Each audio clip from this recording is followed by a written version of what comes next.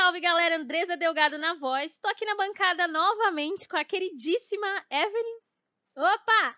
E hoje a gente vai receber ela, que é produtora, acadêmica, funkeira, criadora de conteúdo, maravilhosa, Arthur Santoro. E aí? Muito boa noite, pessoal. Dinda na voz. Arthur, seja muito bem-vindo. Prazerzão ter você por aqui com a gente. A gente já riu um monte aqui, nem começou ainda o podcast. É por isso que a gente tá cara de um boba monte. alegre. Obrigadão por ter aceitado o nosso convite. Arthur, gente, a gente é amigo de muitos anos. Ouvi dizer que tem muitas histórias aí. Conta uma história maluca, então, de vocês dois pra começar esse podcast. Meu Deus, por onde começar? Nossa. Fazer a luta por cotas, entrar na Nossa, reitoria da menina. faculdade. Isso é tudo. Eu e a Andresa, a gente se conheceu no contexto, né, do movimento estudantil, né, passe livre, movimento estudantil, manifestação. Duas doidas que se encontravam nos atos, assim, se trombavam nos atos e começou a se conhecer assim. E aí, a gente tava... A USP foi a última universidade estadual a adotar cotas, né, cotas raciais. Até cotas sociais, eu acho que eles demoraram muito para adotar também. E aí a gente começou a criar um movimento, eu, Andresa, Jefferson Delgado, irmã da Andresa, Ana Júlia, enfim, uma galera. A gente criou Porque a USP Não Tem Cotas. E aí a gente organizou uma virada cultural por cotas na USP, que teve, tipo assim, show de uma galera, tipo, Rincon Sapiência, Lué de Luna. Ai, o Jefferson falou MC dessa pra gente. Tá. Eu fiquei, meu Deus, queria estar lá. Fala, Antes dessa. Que ele até comentou, mas antes dessa galera toda entrar no hype. antes dessa galera toda entrar no hype, a gente tava lá fazendo, tipo assim, show na USP, de graça, tipo assim, no teto do CRUSP. E aí, algumas semanas depois, a gente fez uma manifestação na frente da reitoria. E aí a gente tava pensando, não, a gente vai... Porque ia ter uma discussão, uma assembleia importante, Do colegiado, né? Da galera que decide do as Conselho coisas. Universitário, a CO, né? Que não é CU, o Conselho Universitário, é CO. Né? Ok. Ai, Ai, tá. gente, as pessoas têm um problema com o cu, mas a gente vai falar disso mais pra frente no podcast. E aí, menina, a gente tava tentando lá ocupar, e a reitoria nova da USP era uma reitoria que eles fizeram pra não conseguirem ocupar. Era um castelo de Grey. Nossa, era mesmo. E aí, menina, o que aconteceu? Uma janela aberta, deixaram, esqueceram uma janela aberta, e foi o quê? A doida As aqui. gatinhas entrou. As gatinhas entrou. Então, mas aqui é. Nossa, gente. Isso é uma história doida. Aí todo mundo ocupou. Depois de uns meses a gente conseguiu, né, vencer as cotas. Foi um momento muito histórico, né? Muito Foi, importante. nossa, muito. E foi tipo assim, nossa, a gente fazia umas maluquices, assim, tanto que nesse período, toda semana a gente fazia alguma maluquice. Era virada cultural por cotas, daí era ato, era manifestação. Entrar na sala de aula. Era entrar na sala de aula, né, junto com a galera que ainda era da ocupação preta, né, de um tempo depois. Nossa, era tipo assim, ato dentro da USP, daí era brigar com a galera branca, era brigar com alguns coletivos que estavam achando que não precisava de cotas. Nossa, Nossa, mas tinha coletivo que, tipo, defendia que não precisava de cota. Sim, algumas pessoas hoje que fazem muito sucesso na internet com paródias, mas essa fica pra outro momento da vida. Essa fica num pausa. Fica pra outro momento da vida, mas vamos falar de coisa Fofoqueira séria. quase morre com fofoca pela metade. Vamos falar de coisa séria, vamos falar de bate-cu, né, Arthur? Conta. Composição dessa frase. Eu amo. É bater o cu, de bater o cu mesmo, é de bater o cu, bate-cu. Bater o cu aonde? Ai, aonde você quiser. Aonde você quiser, fica à vontade, vem chegando com o seu cu aconchegante e ocupando espaço. Bate-cu, que é uma plataforma de cultura negras e LGBTs voltadas para juventudes urbanas, periféricas do Brasil e do mundo. Começou como um evento em 2014 em Salvador, com uma festa criada pelo Maurício Sacramento e Wesley Miranda. Miranda é ex-Masterchef, inclusive, maravilhoso. Chiquérrimo. E eles criaram lá pra ser uma festa. No começo, era pra ser só uma festa de despedida do Mirandes e barra festa de aniversário, porque ele ia vir aqui pra São Paulo, e ele ia se mudar, enfim, tudo mais. E eles falaram, vamos criar uma festa, então, pra celebrar esse momento, né, essa nova era do Mirandes. Mas eles já queriam criar uma festa que tinha uma identidade própria, e ele já também catando que a cena lá de Salvador, que era, enfim, apesar de ser a cidade com maior pessoas negras, percentualmente falando, né, fora da África, eles queriam. A cena noturna lá ainda era muito branca, muito elitizada, muito GGG branca, né? O que a gente tá até acostumado a O ver que aqui em ainda. São Paulo a gente também É, vê, né? exatamente, o que a gente tá acostumado a ver aí. O que a gente tá acostumado a ver aí em São Paulo e, enfim, várias outras cidades aí. Salvador não era diferente, apesar, né, da gente saber que tem um grande contingente populacional negro. E aí eles criaram já a festa pensando, olha, a gente quer criar um espaço que seja feito por pessoas negras e para pessoas negras. E aí com isso eles criaram o Baticu, eles anunciaram, né, nas redes sociais, na época o Facebook bombava muito, na época a geração Foi há tombamento. 22 anos. Já faz 84 anos.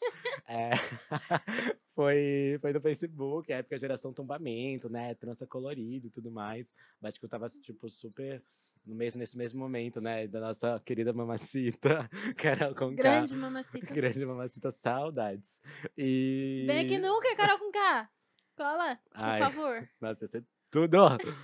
E aí, enfim, a Baticu surgiu meio nesse contexto, apesar de, tipo, ter sido de uma maneira um pouco despretensiosa, desde o seu princípio já tinha essa ideia de, tipo, de ser uma festa feita por pessoas negras para pessoas negras, que tivesse essa representatividade, essa valorização dessas estéticas negras que a gente não via muito nas cenas ainda. É isso. Hoje em dia, né, falando, esse foi o contexto de início, né, mas hoje em dia, enfim, a festa foi... Gente, ó, eu sou muito prolixo, tá? Eu Pode vou ir me falando, estamos aqui pra descabelar, falar. conversar mesmo, vai mesmo. Ah, então tudo bem, gente. Liberaram. Vocês não sabem com quem vocês estão se metendo. Liberaram as parteiras dos infernos, mas enfim. A Baticu, então, enfim, começou, né, como essa questão de evento e tudo mais.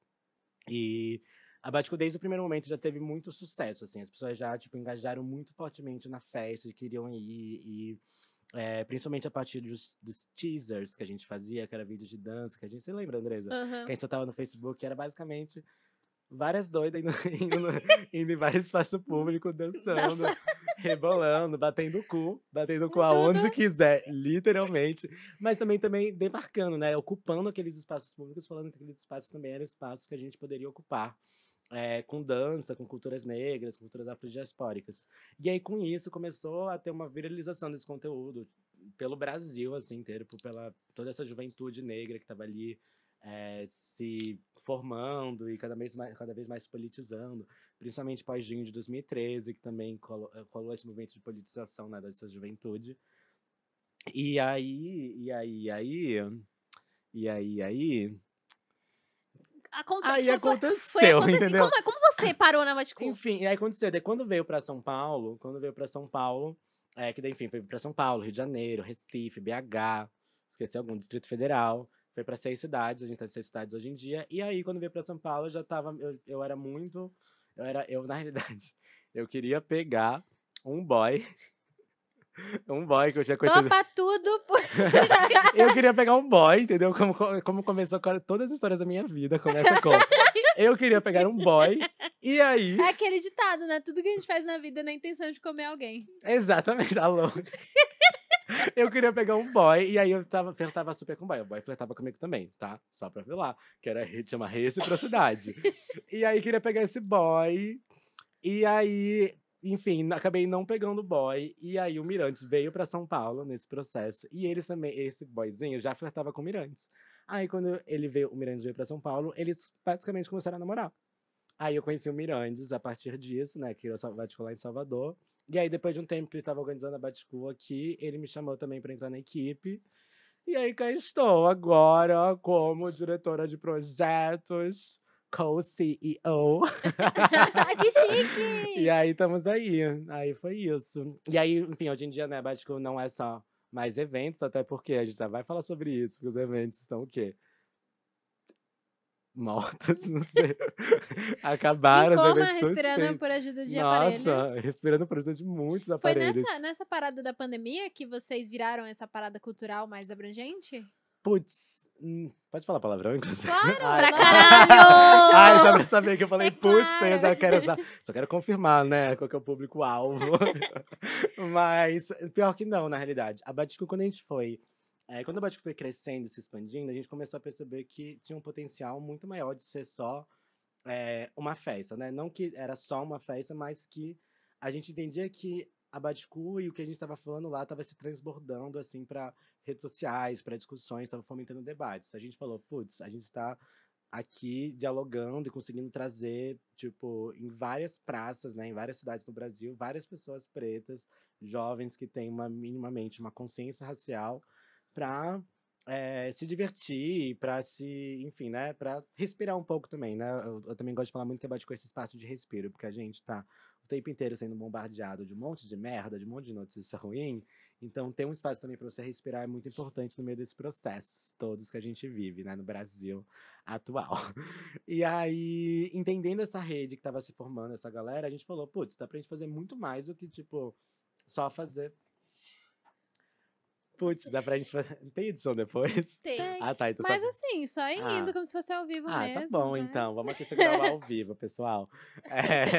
A gente percebeu, né, que tinha todo uma potencial muito maior. A gente falou, putz, dá pra gente fazer aqui. Primeiro, é muito importante a gente se entender como plataforma, mas dá pra gente fazer aqui muitas outras coisas. Por exemplo, tinha muitos artistas que frequentavam a Baticu, mas que não tinham estrutura, sei lá, pra lançar músicas. Dá pra gente fazer um selo musical pra gente começar a fomentar esses artistas. Hoje em dia a gente tem a Daisy Tigrona como principal artista do selo. Daisy Tigrona, se você não conhece, uma das pioneiras das mulheres no funk, Mamãezona do maravilhosa. funk. Mamãezona do funk, assim, histórica. Conheça, pelo amor de Deus. E aí, enfim, Batico Records. Depois a gente também criou a Escola B. A Escola B é nosso projeto pedagógico, educacional, em que a gente entende também muito uma responsabilidade da Baticu, né? Porque a Baticu, querendo ou não, ela se expandiu muito, assim, para vários lugares, né? A gente conseguiu ocupar diversos espaços. Só que a gente entende que toda essa construção ela foi muito coletiva, ela surgiu muito de um coletivo e que minimamente a gente precisa devolver muito do que esse coletivo que se formou ao redor da Baticu, e quando eu falo coletivo não são, sei lá, só as pessoas que estão trabalhando no projeto, mas todas as pessoas, a rede de pessoas, de público que realmente ajudaram a dar essa credencial para a Baticu, né, enquanto movimento, enquanto plataforma. A gente falou, a gente precisa também devolver isso e a gente precisa também ajudar cada vez mais essa galera a se formar, a tanto se formar sócio-historicamente, politicamente, em história afro-brasileira, quanto também se formar tecnicamente para a gente possibilitar uma maior inserção no mercado de trabalho. Então basicamente a Batico surgiu muito de uma demanda coletiva que estava ali, talvez, que as pessoas não sabiam que queriam chamar que as pessoas não sabiam que ia se chamar Baticu, talvez, mas que já existiu, tipo, o Baticu bombou no primeiro momento lá em Salvador, porque já existia a demanda coletiva de ter um espaço preto pensando a negritude de uma maneira plural. Os outros projetos da Baticu foram surgindo também quando a gente foi entendendo essas demandas que as nossas comunidades e que nosso público estava cada vez mais pedindo. Aí foi acontecendo. Muito Fala bom. pra caralho, menina. Não, é Tem que ótimo. falar mesmo. Achei que você queria fazer alguma pergunta. Cara, é A muito, olhadinha de vai, amiga.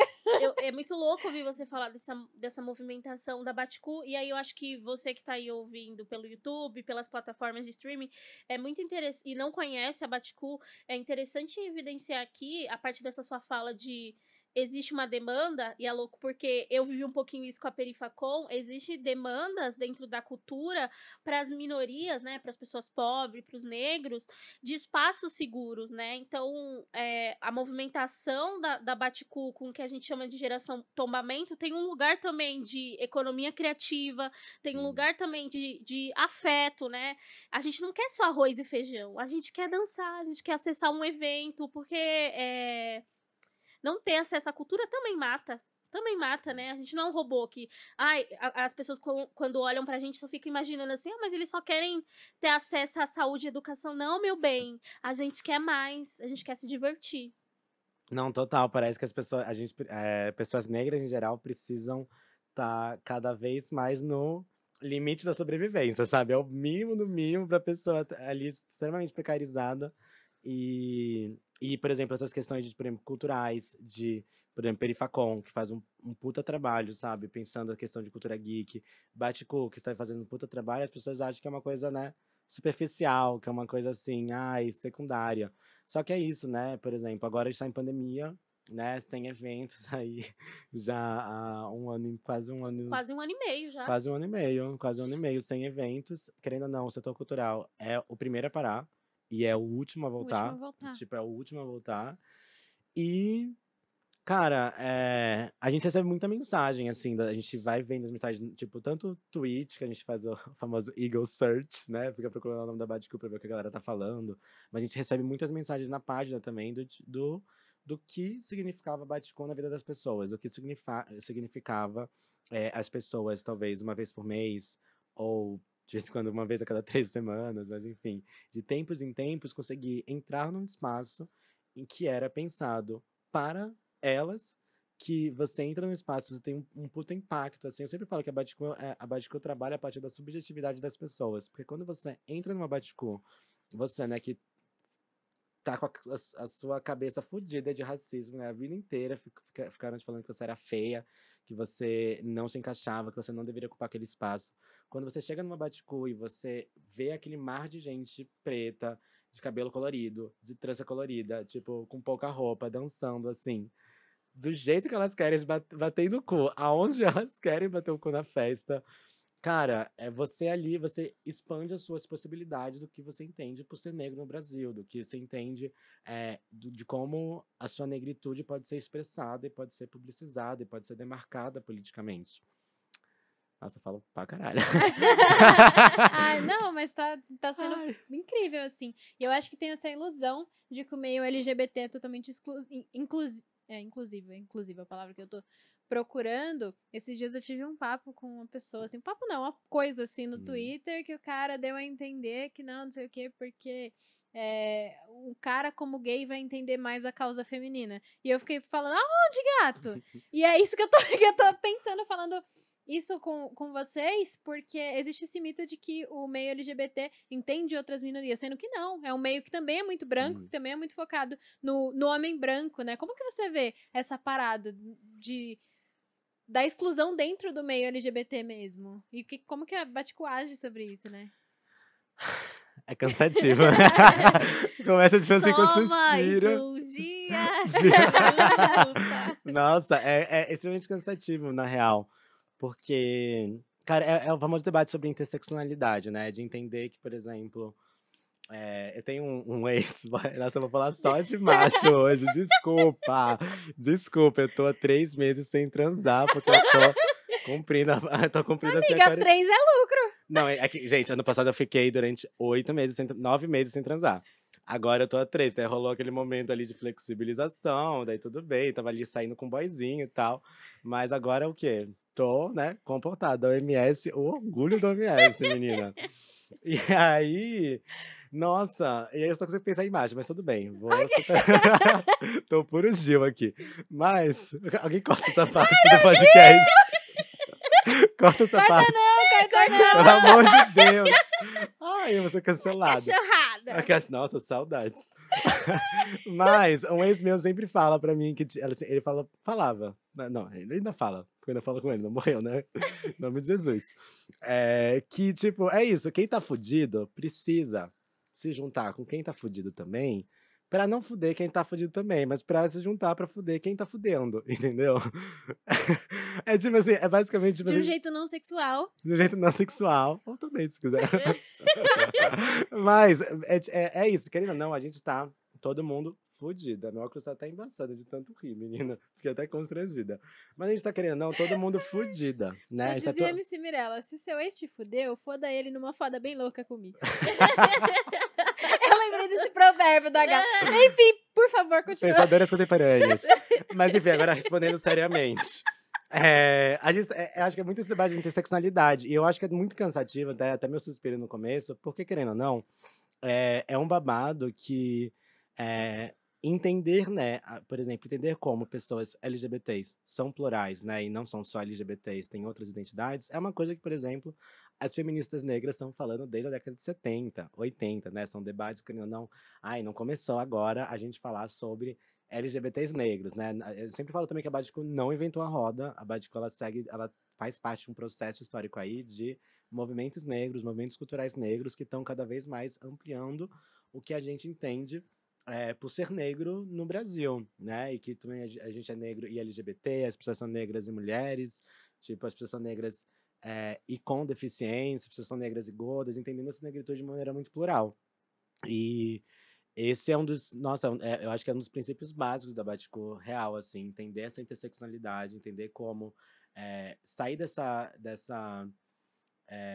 ideia, né, de que pessoas negras são um ser único, um ser, singular, e entender que existe toda uma pluralidade de, corpos e de identidades que a gente tem que considerar e que a gente ou se a gente não considerar o babado, tipo, a gente vai estar, literalmente excluindo uma grande parcela da população. A gente, por exemplo, mês do orgulho, né, mês Pride e tudo mais que todo mundo fala, né, a gente, apesar do Brasil a gente saber que a maioria da população não é branca, né, a maioria da população é negra, indígena, a gente ainda vê, por exemplo, no mês Pride, só LGBTs brancos, ou em sua maioria, ou mais de 50%, né, nas campanhas e tudo mais, LGBTs brancos nesses espaços de visibilidade e poder.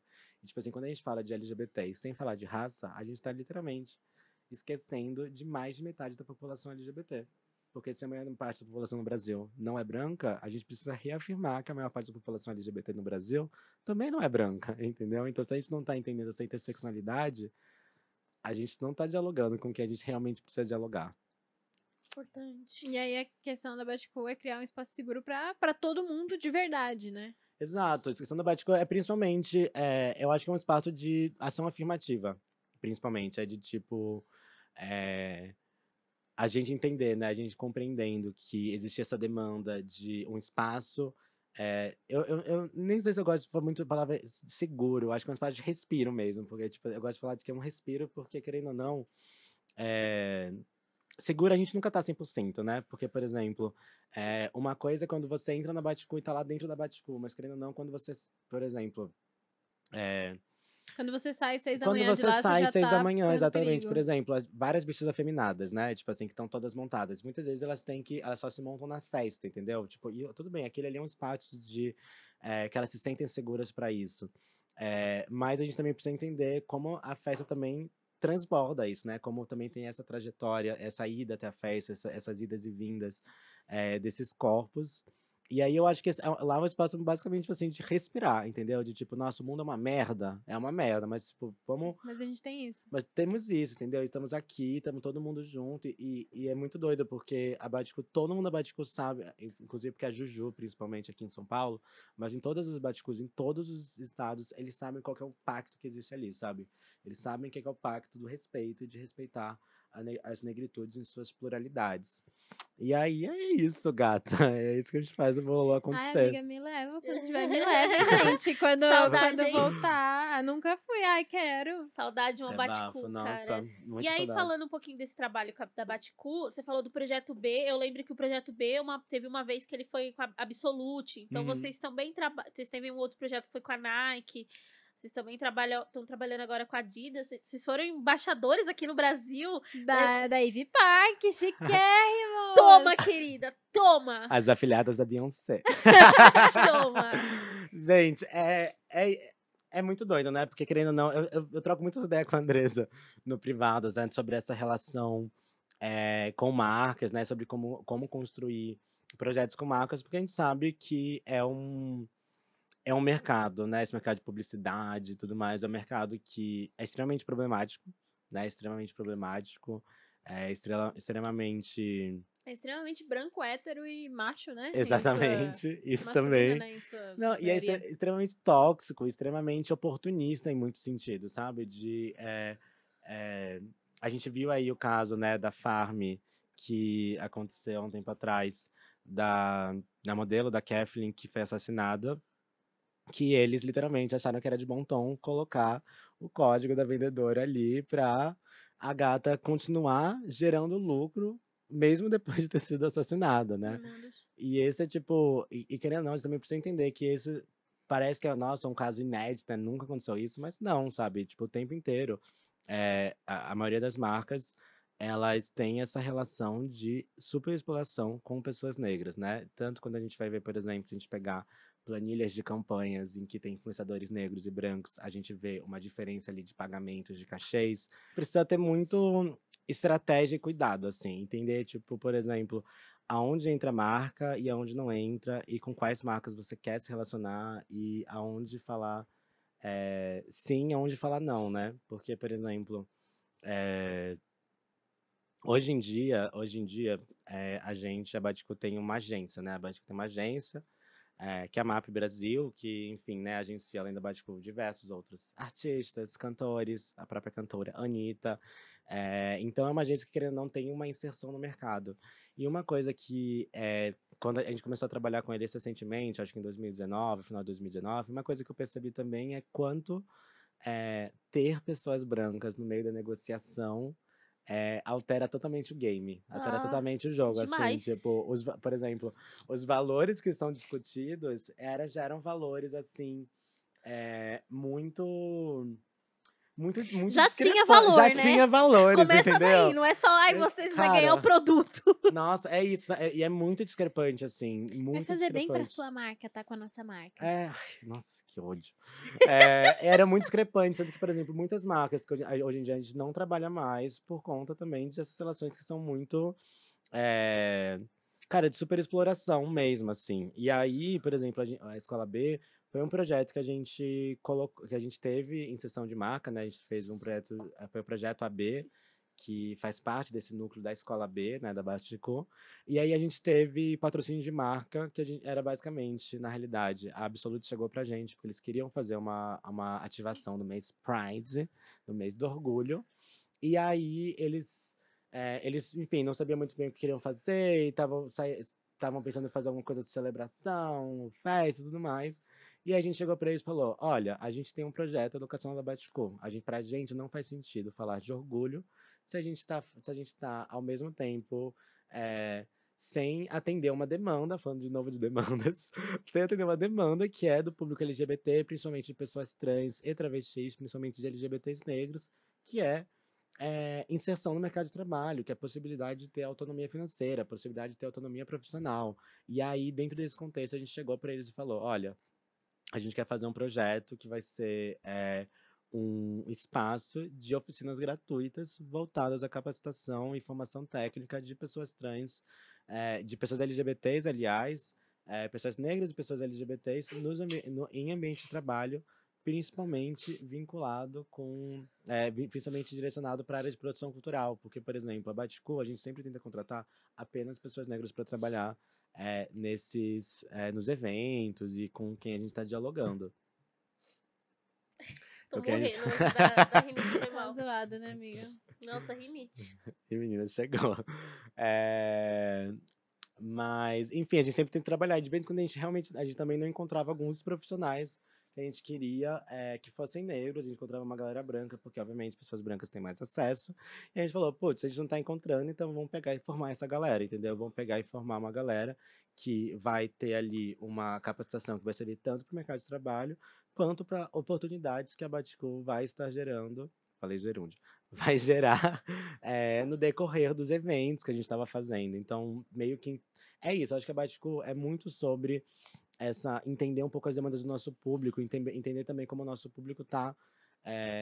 Eles mesmos têm as suas próprias construções. Então, por exemplo, a partir da Baticu, diversos projetos saíram a partir da Baticu, né?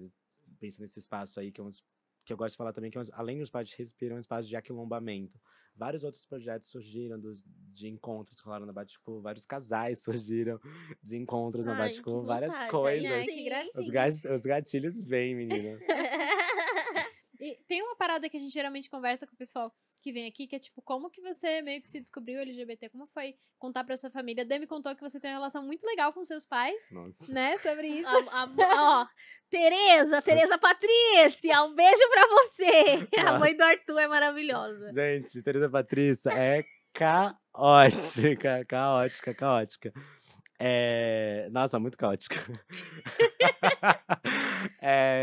A minha saída do armário. Na realidade, eu sempre fui uma criancinha viada, né? Tipo assim, antes mesmo de eu me descobrir como LGBT, as pessoas já. Eu sempre falo que as pessoas descobriram antes que eu, muitas vezes, entendeu? As pessoas Te já. avisaram que você As era pessoas gay. me avisaram, entendeu? Eu tava fazendo som, as pessoas me avisaram. Que é foda também, porque, por exemplo, é isso, a partir de hoje em dia, nossa, super ressignifica, né? A gente fala criança viada e tudo mais, né? Como uma coisa, tipo, como uma coisa de orgulho mesmo, sentir orgulho disso, desse processo.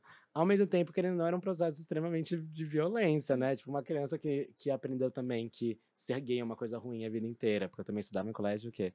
católico jesuíta, complicadíssimo. É... E aí a gente, tipo assim, quando as pessoas chegam pra você, né, falando que você, ai, viadinho, que você anda que nem mulherzinha e tudo mais, é um processo de extrema violência, né? É, e aí, tipo, eu acho que eu comecei a me entender um pouco mais com a galera do teatro, né? Tinha que ser. É do gay fazer teatro, não tem jeito. Não tem jeito. E da galera do teatro era super pra frentex, super moderna, dava beijo triplo. Eu já peguei muita gente da artes cênicas. Nossa, a galera das cênicas é um babado, né? Eles têm um tchananã deles. Quantos anos você tinha quando você entrou no Putz, teatro? eu tava ali na 7ª pra 8ª série, né? O pessoal falou 8º ano, 9º ano, por aí. Eu tinha uns Tinha uns 13. 13? É, uns 13 anos, assim. E aí, quando eu fui encontrando teatro com a Ele galera. conheceu cedo a baixaria? E aí, quando eu entrei no teatro, a galera era super pra frentex, moderna. E aí, eu também fui acabando. Eu fui entendendo que, nossa, tá tudo bem, entendeu? É sobre isso, tá tudo bem. Tá tudo bem. É sobre isso, tá tudo mal. Alô? Mas eu fui. Cara, eu fui percebendo que, nossa, de fato era normal, né? Que querendo ou não, a gente acha que é uma coisa super distinta. E aí, quando né, eu finalmente me entendi, na época eu né, me entendia mais como bissexual, né? Tem gente que acha que, né? A gente tem essa ideia que também eu acho super bifóbica, inclusive, que se assumir bissexual ameniza a situação de ser LGBT, o que eu acho extremamente equivocado. Mas na época eu tinha essa cabeça. Daí eu pensava, ai, não, sou bissexual. Eu não tinha sentido atração nenhuma por mulher, mas ai, sou bissexual, sou bissexual. E aí, dentro desse contexto, mas eu tava pensando, tá, independente do que eu sou, se eu tenho 3 irmãos, todos homens e héteros e cis. E aí eu fiquei pensando, gente, meus irmãos Que nunca. bonitos. Olha, a beleza é de família. E aí, eles, tipo assim, eu sempre pensava, eu sempre tive isso muito desde os 13 anos, assim, como eu comecei a me descobrir. Que assim, eles nunca tiveram que criar uma situação pra falar pros meus pais que eles eram heterossexuais. E se eu entendia que ser LGBT, ser bissexual, ou, né, ou ser gay, era uma coisa normal, eu não precisava também criar uma situação pra contar pros meus pais, entendeu? Eu tinha isso muito claro, isso com os 13 anos de idade, já era doidinha na cabeça. Mas eu tinha isso muito claro, de tipo, eu não tenho que criar situação. Então, se eles me perguntarem, massa, me perguntaram e aí é nóis. Aí eu falo, mas assim, se não me perguntaram também, se não rolou Então não interesse. rolou um drama, assim, pra você, de, tipo, aquela coisa que a gente geralmente, né, ouve, que a A gente sabe, conversa. de ter a conversa, de sentar e Não conversar e rolou. tal. Não rolou, porque, Não. tipo assim, porque é isso, eu não queria que tivesse essa conversa, porque eu acho que toda vez. Na minha cabeça, né, gente? Eu acho que é muito necessário pra muitas pessoas, tá tudo bem. Mas na minha cabeça, na época, eu não queria ter essa conversa, porque eu não queria tirar essa identidade, que pra mim era uma coisa normal, de criar uma situação que meus irmãos não tiveram que passar, né? Eu acreditava que eu não tinha que passar por uma coisa que meus irmãos não passaram. E aí eu falava, quando eles me perguntarem, tá de boas, eu falo. Aí, né? Depois de um tempo, assim, acho que eu tava já com uns 15 anos, depois de alguns anos, assim, uns 15 pra 16, muito novinha, eu tava com a minha mãe no carro, minha mãe tava dando uma carona pra ir até o shopping, porque eu ia no cinema com um amigo, e era realmente um amigo, era meu melhor amigo na época. Hoje em dia eu não falo mais, mas era meu melhor amigo na época. E eu ia no shopping com ele pra gente ver um filme, pegar um cine. É, E aí minha mãe, tipo assim, a gente tava falando mal. Tipo, a gente tava fofocando sobre o meu irmão mais velho e a namorada dele, a namorada da época.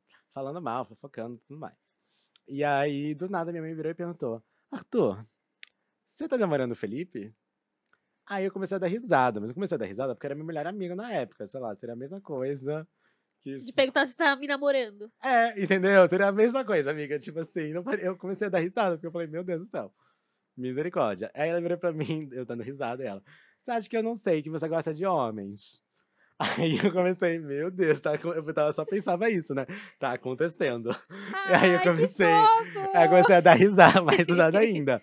Aí ela perguntou, Arthur, você é gay? Aí eu falei, óbvio.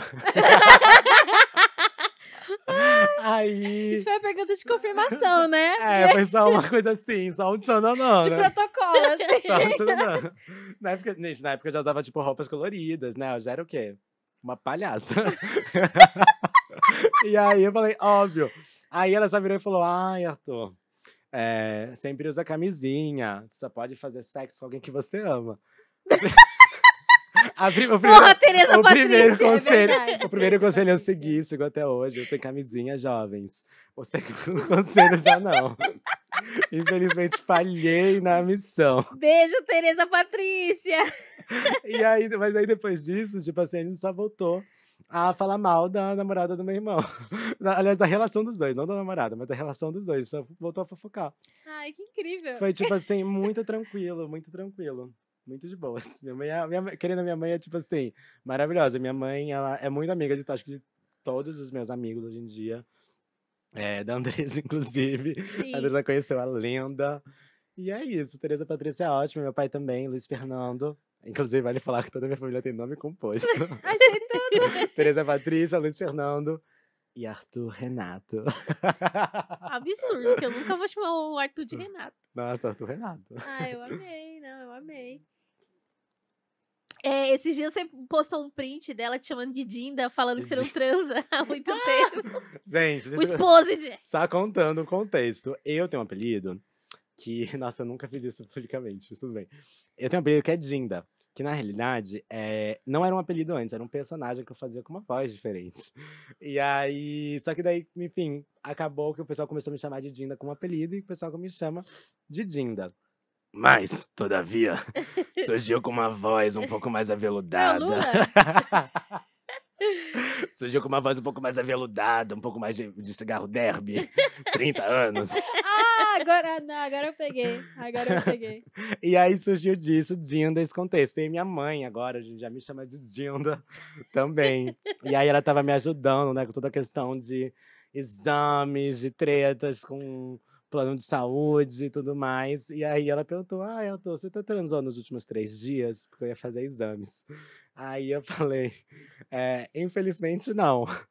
Aí eu falei, tô 3 meses sem transar, Tereza Patrícia. E ela mandou assim, nossa, Dinda, a pandemia muda as pessoas. Bom demais, bom demais. Ai, Tereza Patrícia Ai, é eu tudo. amei. É tudo. Arthur, agora é hora de te colocar na fogueira, então. Meu Deus. Já falou muito de macho aqui. Vamos falar então. Vamos falar então. Conta aí então uma humilhação que você passou por macho. Vamos começar pela Andresa. Vamos começar pela Andresa. Eu preciso pensar ainda. Porque são Vai lá, tantas. amiga. Mano, eu sempre tô me humilhando por macho. Sei lá, eu lembro. Não sei. É que o macho me humilhou, né? Não fui eu que fui humilhar. Sei lá, eu fui transar. Não, mas é que tem situações em que você se humilha e tem situações que o macho te humilha. Eu acho que tem eu uma faço. distinção. Mas conta, Eu que eu te cortei aqui. Não vou contar desse, não. Eu viajei até outro estado pra ver o boy e ele nem ficou comigo. Nossa, foi humilhante. Chega abaixo o clima da situação. Nossa, velho. E assim, eu tava numa semana corridíssima, eu fui viajar pra ver ele e ele nem tchum pra mim. Foi horrível. Fui até a festa que ele tava organizando, paguei pra lembro. entrar. Foi horrível, nossa. Tenso. Cara, eu tenho certeza que eu já passei por alguma situação assim. Tipo, eu tenho certeza. Eu não tô lembrada agora, mas eu tenho certeza que eu já passei. Tipo, certeza. Eu acho que a minha humilhação por macho mais recente é dar trela pra um senhor que me chama de, tipo, oi, nenezeira. Nossa, Essa é a minha- amiga. essa é a Oi, minha neném. Nossa, pelo Gente. amor de Não, Deus. É uma que, tipo, eu fico pensando assim, isso compensa, não compensa. Ouvintes, pelo amor de E Deus. vamos de autoestima. Então, sabe quando você... O que rolou aqui, né? O que tá acontecendo? Vamos repensar, né, gatinho? Enfim, conta pra gente. Chegou a minha vez. Gente, eu tenho tanta história de Opa. humilhação por macho, porque, por exemplo, a Andresa tá falando aqui, já viajei pra outro estado. Eu viajei pra outro país. Não. Eu já Ganhou. viajei pra outro país. Ganhou. Cara, não era exatamente atrás de macho, era um componente importante, era também por conta de trabalhos, né? Ela dá a desculpa dela. Arrumou um trabalho pra poder ir atrás do macho. Arrumei, tipo assim, desculpas, eu queria muito pegar esse macho, mas assim... Pegou? Cara, eu, tipo assim, Ih! peguei, mas tipo assim, eu fiquei assim, 12 dias viajando, eu fiquei 12 dias no lugar, eu encontrei ele uma vez. O bofe me deu ghosting o tempo inteiro, menina, então tipo assim, eu É peguei... uma humilhação, de fato. Foi uma humilhação, e eu tipo, mandava mensagem, e aí, bichinha? E aí, seu viadinho? Caralho, sabe, passei 10 horas, eu fui pros Estados Unidos, eu fui pra Nova York atrás de macho. Me arrependo? Foi o mais longe que você foi atrás de macho? Foi, pior que foi. Nossa. Esse foi mais longe, mas eu tenho certeza que eu ainda vou mais Meu longe Deus. ainda. Eu tenho certeza que eu vou me superar, entendeu? Já tá Mas- planejado? Ai, mas- Próxima humilhação Vai achar do macho. um boy russo. Nossa, gente, eu assim me supero. Tem uma outra história que eu queria muito. Ah, não vou contar. Conta. Conta! Os nossos ouvintes merecem. Nossa, gente, eu poderia fazer um podcast só falando de experiência ruim com macho. E aí eu tenho um que foi Só muito vai. uma humilhação. Que eu nunca falei publicamente, inclusive, eu tava aguardando pro meu próprio podcast. Mas estamos aqui em uma presença de quem? Evelyn, Andresa, acho que elas merecem ouvir essa história. E toda a produção que está aqui também merece ouvir essa E o história. público. E o público. E os ouvintes que estão escutando agora merecem ouvir essa história. Nossa, gente. Por quê? Por quê? Ai, eu vou me arrepender muito. Não, porque algumas pessoas já jogaram essa história na internet, mas sem colocar que fui eu. Então eu tô literalmente. Viralizou, tipo, virou meme? Cara, deu um bom boom assim de likes. Meu Deus, conta assim. essa história, pelo amor Ai, de Deus. amiga, é muito humilhante. Mas assim, foi a primeira vez que eu coloquei trança. Coloquei uma trança o quê? Prateada, batendo no cu. Mais uma vez falando de bater o cu. Mas batendo a trança no cu, assim, belíssima, finérrima, não sei o quê. Mas eram tranças assim, era canecalão nacional. Pra você que tá acostumado com trança, o canecalão nacional, ele é um pouco mais pesado do que o jumbo, por exemplo, que é um cabelo mais leve. Então, o cabelo, querendo ou não, sei lá, eu não conseguia fazer um coque em cima porque minha cabeça ficava torta de tão pesado que era de tanto cabelo que era. Era muita trança. Até aí, tudo bem. Até aí, tudo certo. E aí eu... Quero muito saber por que isso é importante pra história. Nossa, amiga, não queira.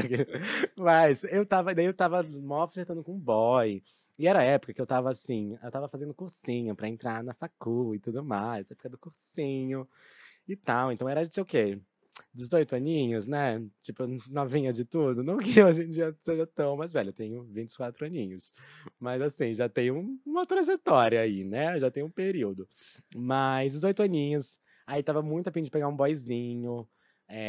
Muito afim de pegar ele, muito afim de beijar. E daí a gente combinou de fazer o quê? O que jovem faz? Ir no motel, né? Pra gente transar e não sei o quê e tudo mais. Até aí tudo bem, né? Daí tudo bem. Eu sei que a gente tava lá, transando, né? No motel. Ali na esquina da Frei Caneca com a Peixoto Gomide. Sim, sim. Não sei se é o nome daquele hotel, mas enfim, também não vamos fazer publi pra motel, né? E aí, a gente tava lá transando, não sei o quê. Eis que a gente lá no, né, não sei o quê, no rally rola. Menina, uma trança minha solta.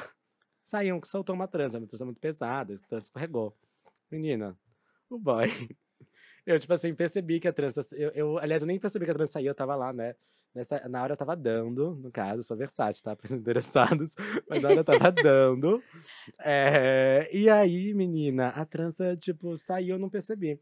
E aí, do nada, eu, tipo assim, eu começo a sentir, tipo, um chicote em mim. Começo a sentir um chicote. Eu falei, nossa, gente, vai estar com um chicote, não sei o quê. Aí eu olho pra trás, o boy... tá com uma trança minha me chicoteando enquanto me come. E aí eu fiquei tipo... Meu Deus, E na hora eu fiquei... você foi chicoteada pela própria trança. E eu fiquei assim... Meu Deus do céu, o que tá acontecendo? E daí na hora, tipo assim, eu fiquei meio sem reação. Eu só queria fechar o olho e falar, meu Deus, isso não tá acontecendo. Aí eu passei a mão aqui na lateral, daí vi de onde tinha saído a trança. Eu falei, meu Deus, realmente, é a minha trança. É a minha trança. E aí eu só, tipo assim, meu Deus do céu, querendo enfiar minha cara em qualquer lugar. Ai, gente. Essa foi, eu acho que, a maior humilhação, assim, de sexo, de situação constrangedora, que eu não consegui depois olhar pra cara do boy em nenhum momento, assim. Nenhum momento. Foi, assim, horrível. Meu Deus do céu, horrível, você foi chicoteado pela sua própria trança. Realmente. Geração Tombamento, você me prometeu. Gente, eu não tô... Pode encerrar o podcast. Mas, tipo, Por uma hoje- apresentadora aqui. Por hoje é só, meninas. Arthur, o que mais você me conta? Porque se essa é uma delas... Nossa, gente, juro, real, assim. Que homem multifacetado. Nossa, eu tenho tanto, gente. Deixa eu pensar em alguma outra. Aí depois você deixou a trança no motel. Não, eu levei minha trança embora, né? Já fui chicoteada. Eu tinha um elástico na minha Ela boca. está Na minha... exposta no Museu de Arte de São Paulo. Tenho guardado até hoje.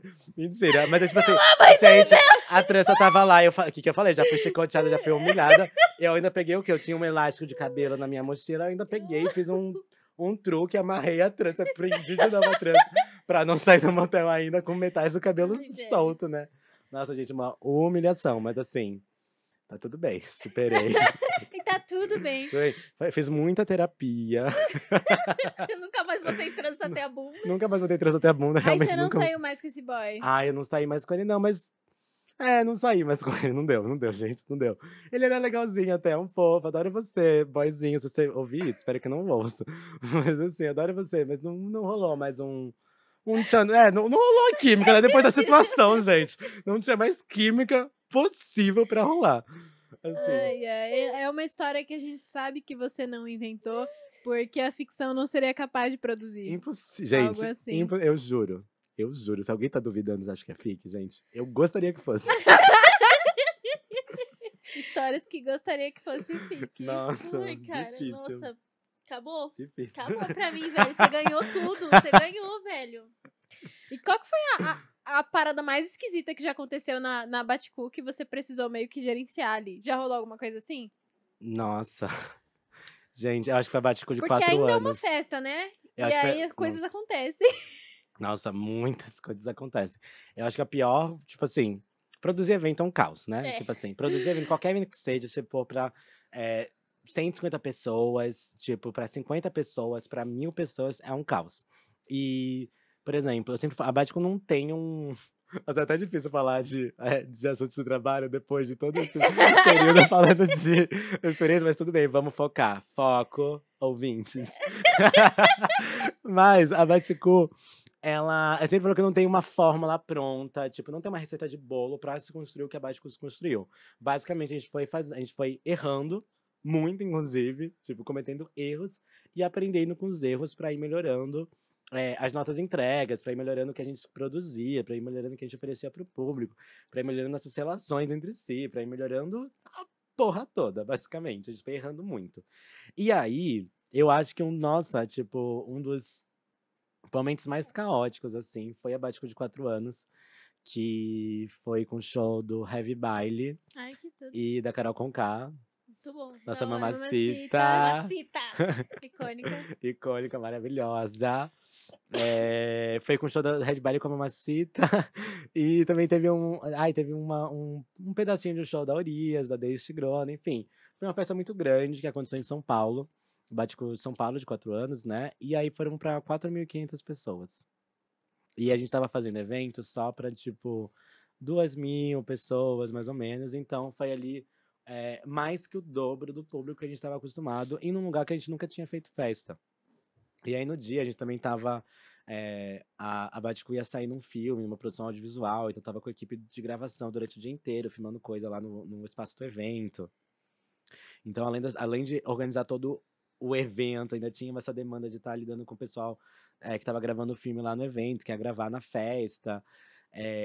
Nossa, e tipo, no dia tava lá a Maju, Maju, queridíssima, falou que não ia chover no dia. Menina, eu sei que a gente, sei lá, no final da tarde começou a dar um aviso urgente. Temporal avança com mais velocidade em São Paulo. E, tipo assim, tipo, a gente tinha dispensado, era um espaço que era totalmente aberto, e a gente tinha dispensado no dia de manhã a lona, sei lá, pra cobrir a pista, porque pra você cobrir uma pista inteira é assim, no mínimo. Aliás, pra você cobrir o palco, vai uns 12 mil reais, assim, é caríssimo pra colocar uma Uhum. lona. Aquelas lonas que são, tipo assim, resistentes, que você sabe que não vai dar problema. É muito, muito caro. Inclusive, produzir festa é muito caro, gente. Valorize os produtores culturais, ainda mais Qualquer nesse eventinho, momento. qualquer coisinha. Qualquer evento é muito Muito caro, caro. gente. É muito caro. E olha que a Baticu, inclusive, a gente na cena, a gente é a festa. Na cena assim de São Paulo, a gente é a festa que consegue ter os menores preços de entrada. Tipo, a entrada da Baticu começa uns 10 reais e vai até 25 no máximo.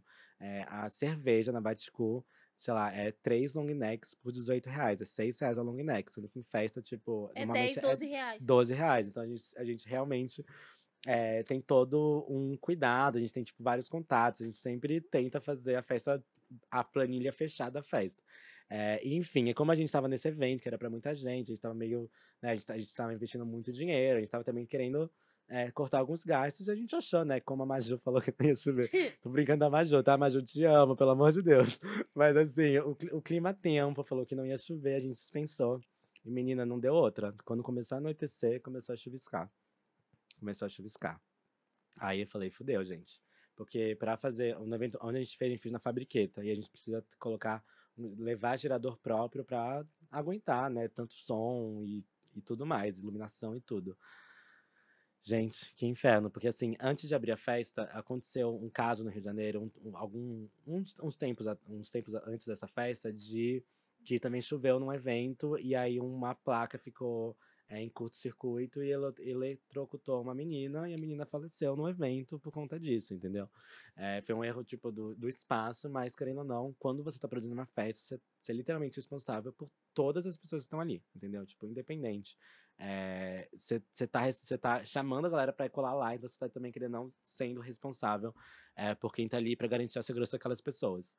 Aí a gente tava lá, já tinha fila tipo, na porta, desde as 4 horas da tarde, porque muita gente não conseguiu comprar no site, ia tentar comprar na porta. Desde as 4 horas da tarde já tinha gente na fila, tinha muita gente na fila. E aí, quando começou a anoitecer, já tinha assim mais de 1.000 pessoas lá fora, esperando pra entrar. Não deu o horário da entrada do evento ainda, mas esperando pra entrar. Ele foi cada vez mais acumulando gente até chegar, né, 11 horas o horário do evento. Só que quando deu tipo 10, 10 e meia, começou a chover muito mais. Não só o chuviscando, mas começou a chover muito mais. Começou, tipo assim, chover muito, juro, foi tipo horrível. E aí, o que a gente teve que fazer? A gente foi lá com o pessoal do gerador, passar por toda a festa. Tipo assim, a festa, você imagina, um espaço pra 4.500 pessoas. Era um espaço enorme. A gente foi passar por todos os fios para ver se todos os fios estavam, tipo, minimamente elevados, estava tudo encapado, estava, tipo assim, estava tudo certinho para o evento começar. E daí, enfim, a gente foi liberando as pessoas aos poucos e tudo mais, para também, né, ter esse controle de fluxo. Menina, foi horrível, assim, porque, tipo assim, não parava de chover. Não parava de chover, e as pessoas aí só tinha uma areazinha coberta, todo mundo começou a se concentrar nessa areazinha coberta, e aí tinha, tipo assim, 3.000 pessoas fora pra entrar na festa, numa rua que era totalmente escura, que também não tinha muita iluminação, e todo mundo assim, puto, porque não tava andando a fila, tipo assim, até estava andando, tava entrando muita gente, mas, tipo assim, chegava muita gente, e a fila dando, assim, uma volta no quarteirão quase, tava assim, Mesmo na chuva, o pessoal mesmo na tava chuva, o pilhado querendo pessoal entrar. querendo entrar na festa. E eu, tipo assim, desesperado, porque querendo ou não, a cabeça da produtora doida, né? Vendo, tipo assim, pensando na planilha da festa, sabendo que a gente precisava ter um número legal de pessoas e também na experiência do público que tava lá na chuva esperando pra entrar no evento, e tipo assim, e a gente não tava conseguindo colocar todo mundo de uma vez no evento, sabe? E aí a gente foi tentando, né, manter esse controle e tudo mais, mas estava chovendo, as pessoas estavam querendo se concentrar na única área coberta.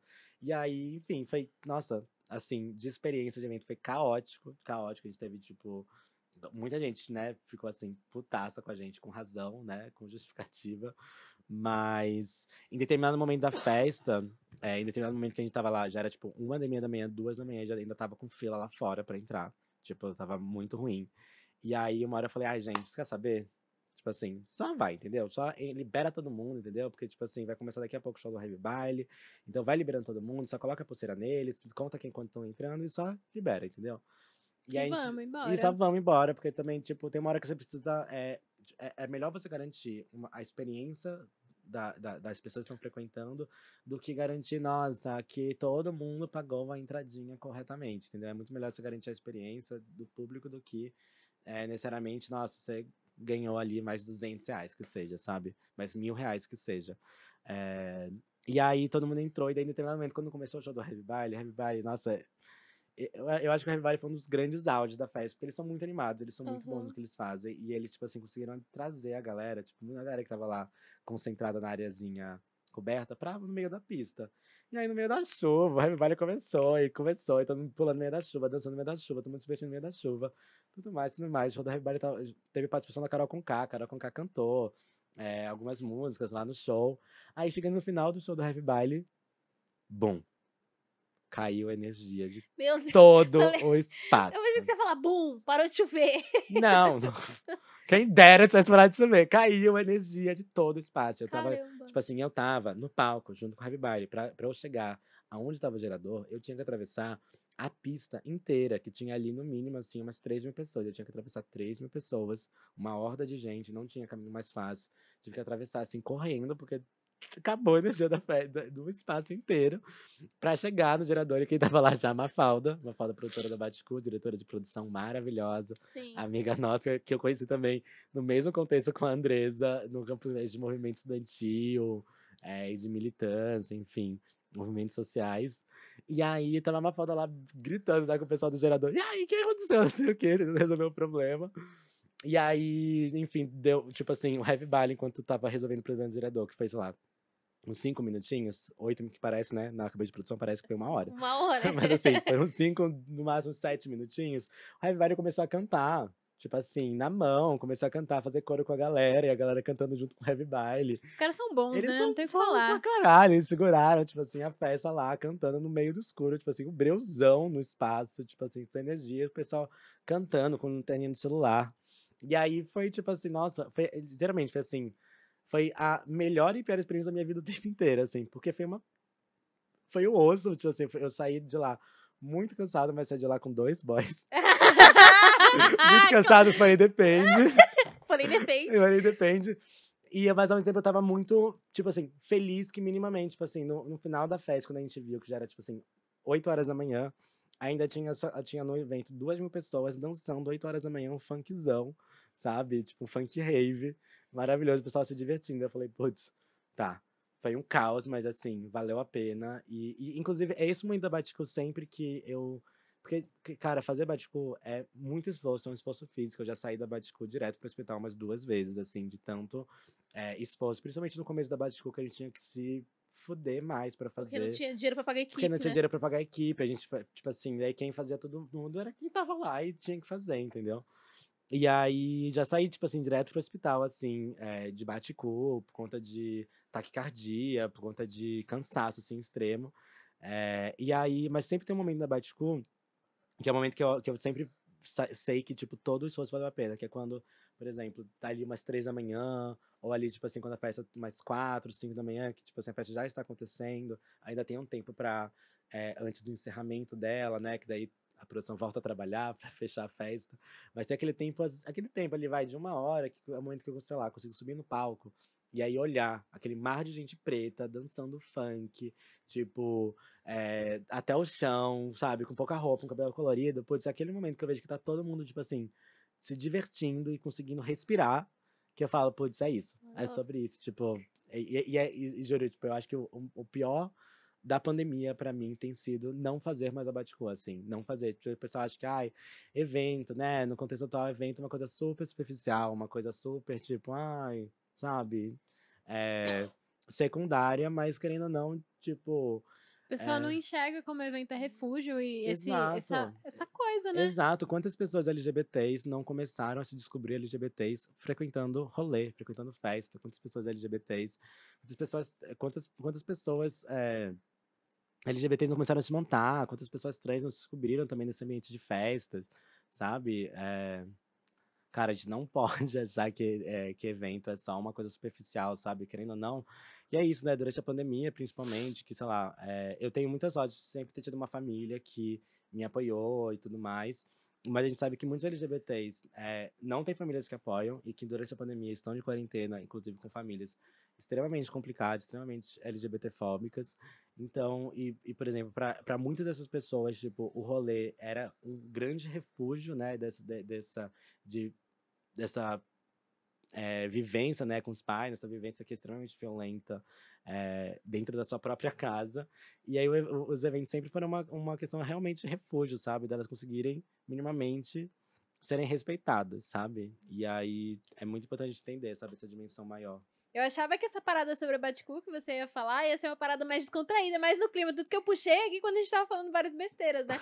Só que não, né? Uma parada acaba entrando nessa parte de produção que é muito sério, né? Querendo ou não. Não, total. É tipo assim, tem a porra louca também, né? É que assim, a Baticu, ela passou também por um processo de profissionalização, né? Que tipo assim, hoje em dia a Baticu é o meu Hoje em dia, a Baticu é o meu primeiro trabalho, é um trabalho formal, né? Antes, durante um grande período, assim, até abril de 2019 era meu trabalho mais informal, era uma coisa que eu fazia, nossa, no tempo que dava pra fazer, eu fazia.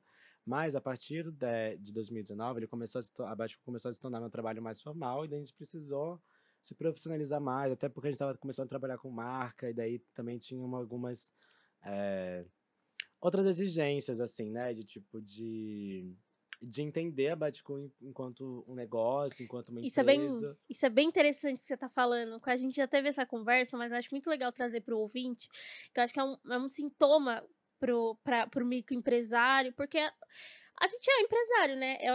É muito difícil pra mim ainda. Poderosa empresária. É muito difícil ainda pra mim entender, mas hoje eu sou sócia de uma produtora, né? E é uma empresa. E a gente passou pelo mesmo. Assim, a história da Baticu é igualzinha da Perifacom, a da Perifacom é igual a da Baticu, que é esse momento que a gente tem que se profissionalizar. Vai ter que abrir a continha. Tem que abrir o CNPJ, tem o que abrir a contrato- conta O PJ. contrato de gaveta entre todo mundo, Exato. a estrutura da empresa, a contratação de funcionário. E o negócio precisa ser sério. E eu acho que falta um lugar muito assim. A gente teve muita sorte no Perifacom, não sei como é que foi isso na Baticu, mas na Perifacom a gente acabou conhecendo a Fernanda, que é o trabalho dela, gerir, fazer essas gestões de empresas, e ela abraçou a Perifacom e foi fazer essa caminhada com a gente. Por muito tempo, a Perifacom, eu não tinha salário, a gente não tinha salário. Hoje a Perifacom também é meu trabalho principal. E isso é muito louco, assim, muito louco ter que, tipo, erguer uma empresa do zero, assim. Do zero. E, na amiga, eu acho, é isso, tipo, acho que tem muitos, é uma história que eu acho que não só a Perifacom, só a Baticu, mas acho que a maioria dos coletivos, assim, que independente, de galera preta, de galera de quebrada, de galera LGBT, elas passam por um processo assim, se a gente, se a gente quiser cada vez mais se profissionalizar e cada vez mais ocupar outros espaços, a gente precisa tomar a gente precisa aprender algumas coisas ou encontrar mais pessoas, trazer mais pessoas para a roda que entendam todo esse processo muito burocrático de empresa. Eu acho que, sinceramente, eu estudo muito sobre, gente, juro, eu estudo muito. Eu também tenho muita dificuldade de falar, ai, empresária, entendeu? A verdade é isso, tá lá com o meu nome e tudo mais. Eu não consigo me ver ainda muito super como um empresário e tudo mais. Mas. E tem muita coisa que eu também tô aprendendo ainda. Por exemplo, relação de contabilidade. Teve imposto de renda, né? Uns meses atrás. Um tempo atrás teve imposto Tive de que fazer da renda. Perifacom, da minha empresa, que eu também tenho a minha empresa, e tive que fazer o meu de pessoa Exato, física. amiga, e tipo assim, é muito caótico. E daí, por exemplo, tem muita coisa ainda na Baticu que a gente não resolveu, assim, de questão de, burocracia de empresa, de organizacional de empresa, porque a gente não tem ninguém, por exemplo, dentro da Baticu, hoje em dia, que seja, por exemplo, uma pessoa de ADM, que tenha todo esse know-how. A gente foi aprendendo muita coisa, mas cada vez mais eu acho que a gente tem, tipo, acertado alguns processos, entendeu? A gente tem, por exemplo, uma coisa que a gente não fazia até metade do ano passado, a gente pagava várias pessoas sem nota fiscal, entendeu? Tipo Aí não assim, pode. nunca faça isso. Ouvintes, nunca faça isso, pelo amor de Porque Deus. vocês não estavam numa intenção, só que essa é negar imposto, né, querendo? Exato. Hoje em dia tá tudo resolvido. Quem quiser denunciar não vai conseguir, porque já tá tudo resolvido. Tudo foi resolvido. Mas assim. Nesse podcast não somos contra negar imposto. Quer dizer, não somos a favor.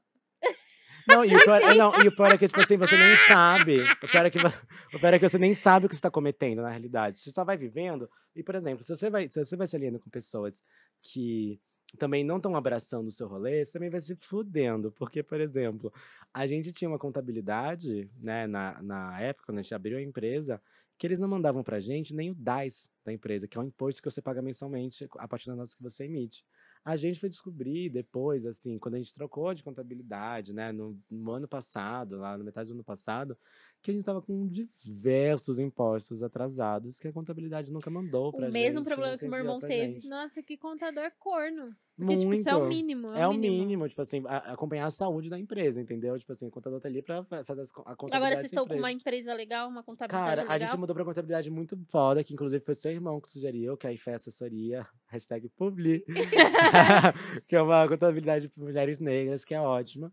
Só que, por exemplo, na Batico a gente ainda não tem uma pessoa do financeiro, entendeu? A gente tá começando a contratar, tá começando a dialogar algumas pessoas, porque a gente passou por alguns momentos muito ruins, assim, com financeiros o tempo inteiro, de causar dívida, e daí, enfim, de não rolar muito legal. E daí agora a gente tá com muito mais calma, né? Entendendo que cada vez mais a Bate tem trabalhado com marcas e tem gerido valores maiores, tem gerido mais pessoas, tá tendo que pagar mais pessoas, né? Ainda bem, porque está conseguindo dar mais oportunidade de trabalho para mais pessoas.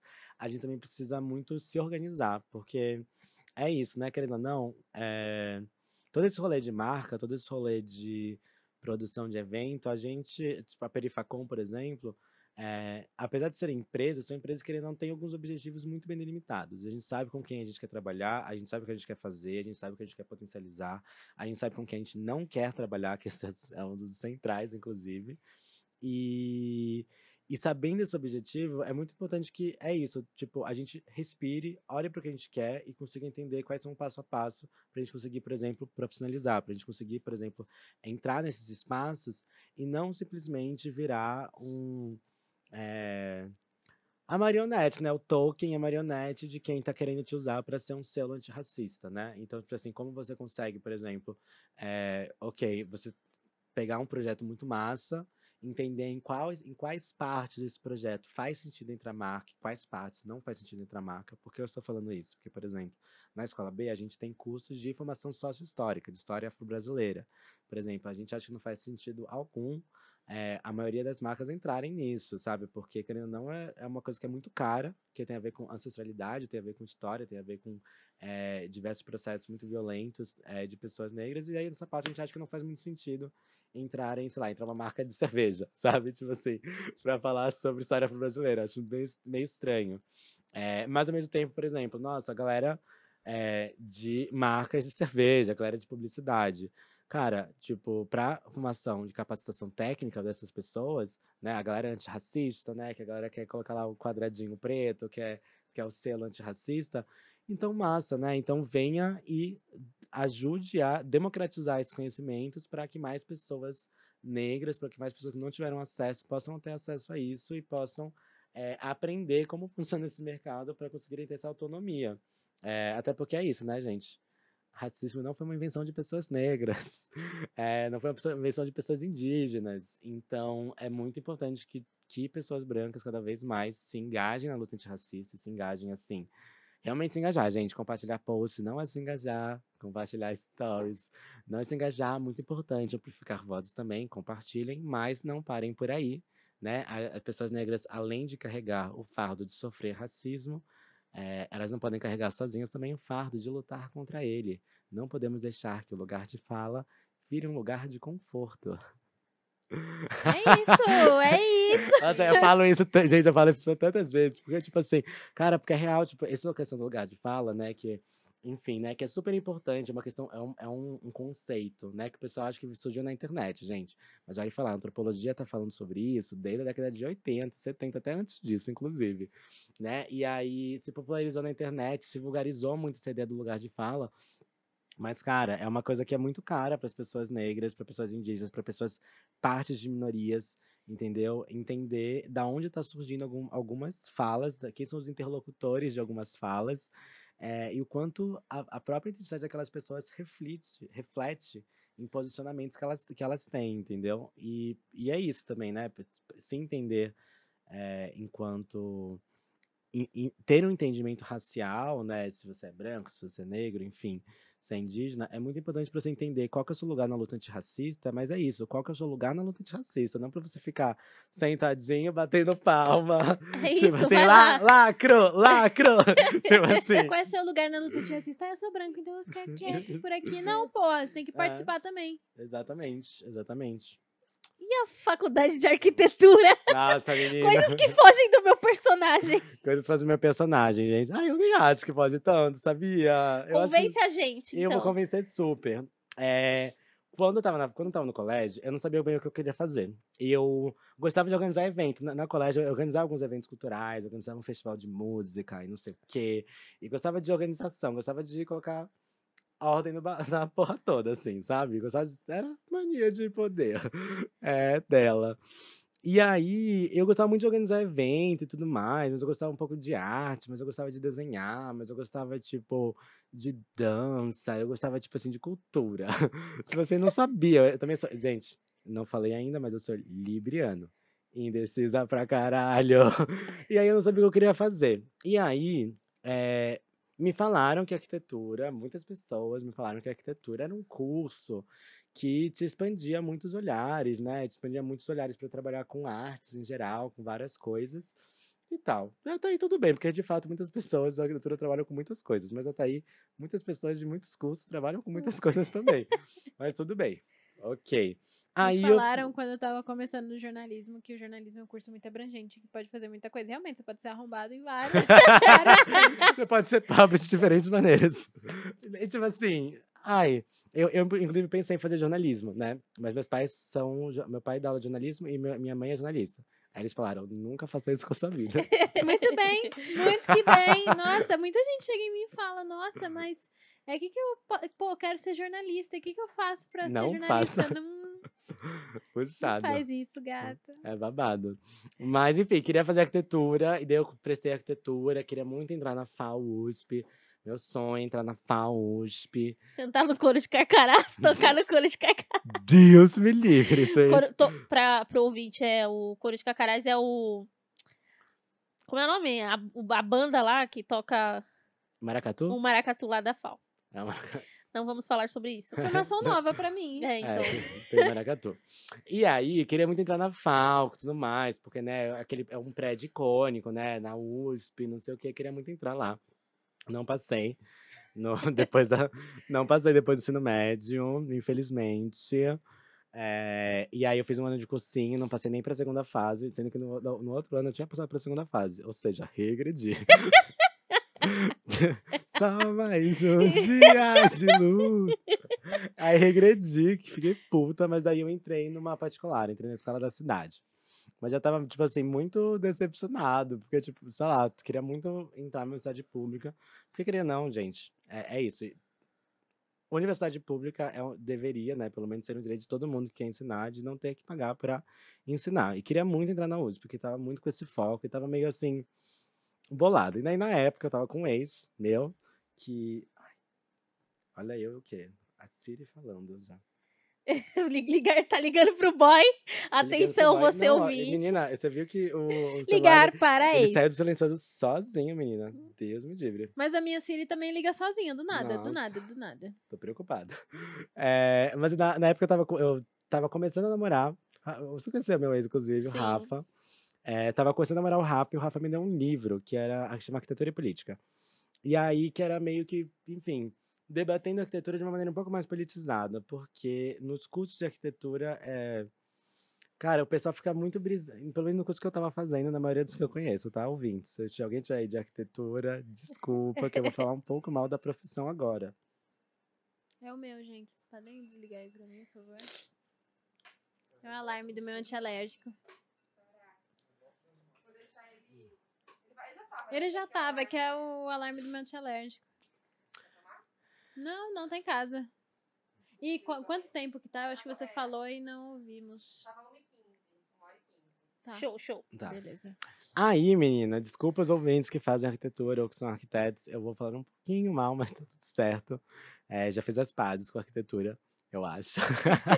E aí, eu comecei a ler um pouco mais sobre arquitetura. E daí, na época eu tava ali, eu tava também me envolvendo com movimentos negros, movimentos LGBTs e tudo mais. Então, eu queria muito falar, eu queria muito pensar sobre questões sociais, sobre causas sociais, pensando dentro do contexto da cidade, do contexto urbano, né? Porque de vez em quando a gente fica falando sobre opressões como se fossem coisas que pairam no ar e que não se refletem no contexto da cidade. E muito pelo contrário, tipo assim, as cidades são construídas a partir de interesses do capital, são construídas a partir de interesses racistas, a partir de várias opressões que também se refletem na maneira como a gente, como o espaço é construído, como o espaço é produzido, mas também como a gente ocupa os espaços.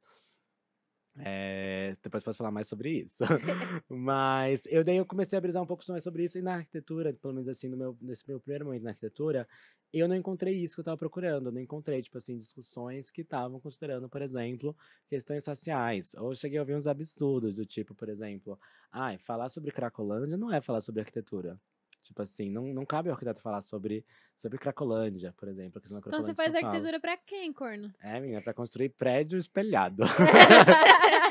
Deus me livre. E aí, não, já vi uns absurdos, do tipo, há um professor falando que, você não pode construir uma cidade inteira pensando em pessoas com deficiência, em cadeirantes.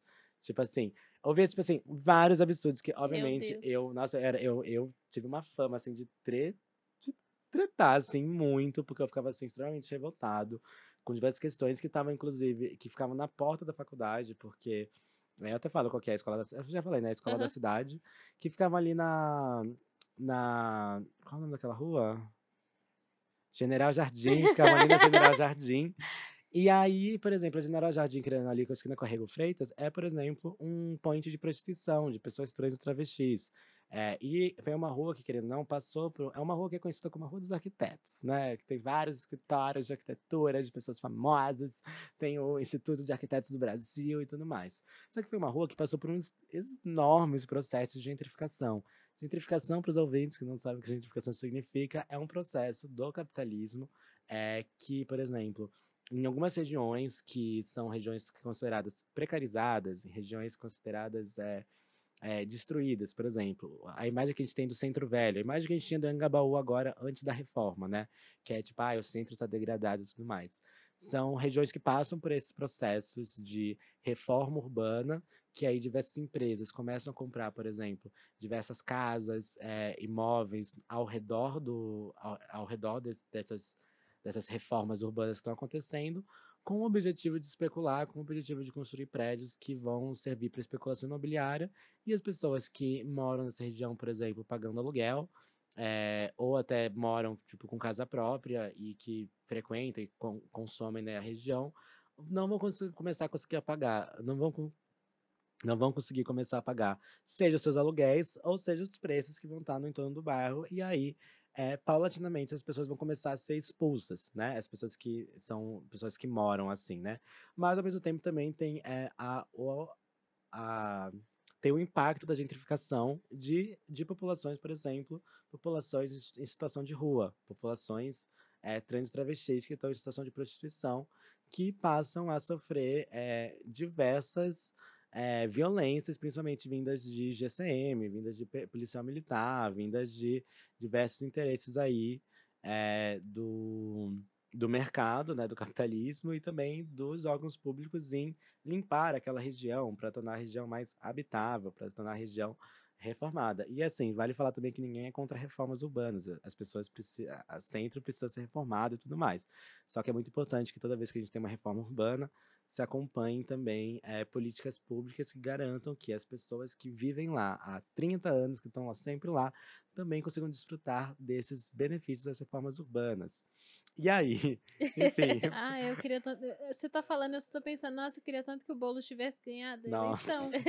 ai, Porque, é sabe, o centro foda. poderia ser um lugar tão legal, teria tanto Exato, apartamento, né, que a gente poderia ocupar lá exato. né, morar lá, e o centro seria menos deserto e menos, né? Ai. Exato. E aí, enfim, eu queria, o que eu queria debater na arquitetura era isso, entendeu? Eu queria debater sobre, por exemplo, população em situação de rua, eu queria debater sobre questão racial, sobre como falar de cidade de raça, por exemplo. Você sente que era remar contra a maré? Com certeza, com certeza. Tipo assim, meus professores, eles inclusive me incentivavam a não falar sobre essas questões. Muitos professores. Eu tive dois professores que eram incríveis, principalmente Pedro e Amália, maravilhosos.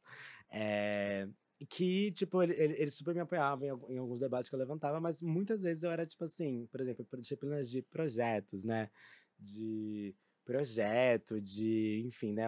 Desse ofício do arquitetinho, né? De fazer, sei lá, conforto térmico, né, dos espaços, enfim, né, nessas outras disciplinas que não eram do núcleo de história, vale falar que esses outros professores eram do núcleo de história, né, história da arquitetura e fundamentos socioeconômicos, ou seja, realmente você precisava falar sobre questão social aí, porque não tinha como fugir disso, mas as outras matérias que as pessoas conseguiam minimamente fugir, elas não queriam falar sobre isso. E aí eu me decepcionei extremamente com a arquitetura, fiquei pensando, nossa, será que se eu mudar para uma universidade pública, eu vou ter mais esses debates? Daí fui falando com várias pessoas, só que ao mesmo tempo eu estava lendo aquele livro, Arquitetura e Política, que eu via que realmente tinha uma dificuldade na área de arquitetura em em se debruçar sobre isso.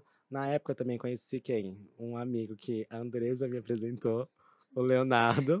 Oi? Conheci macho, né? Tem que ser. Que também é uma pessoa que junto comigo tem diversos problemas com arquitetura. Ele é da história, ele estuda história da arquitetura. E a gente fala muito mal da arquitetura juntos. E aí eu resolvi falar, não, acho que não é pra mim arquitetura mesmo, acho que eu tô querendo estar com outra pira. E aí nesse fervor por querer falar mais de questões sociais, entender mais questões raciais, e questões LGBTs, e questões de situação de rua, e questão de pessoas trans, questões de gênero, enfim, entender a porra toda, eu resolvi ir para ciências sociais. Eu fiquei um semestre na arquitetura, fiz mais 6 meses de cursinho, na mesma época da. Mal fiz cursinho na realidade, né? Foi na mesma época da ocupação das escolas, no segundo semestre de 2015. Participei mais de manifestação, junto com a Andressa, inclusive, sempre. Só coisa boa, Só macho e coisa- manifestação. Macho e ato, é. E aí participei junto com a Andressa, tava participando junto com a Andressa de várias manifestações aí dos secundaristas, dando apoio principalmente, né? E aí mal meio caguei, assim, pra essa questão do cursinho. E adivinha, menina?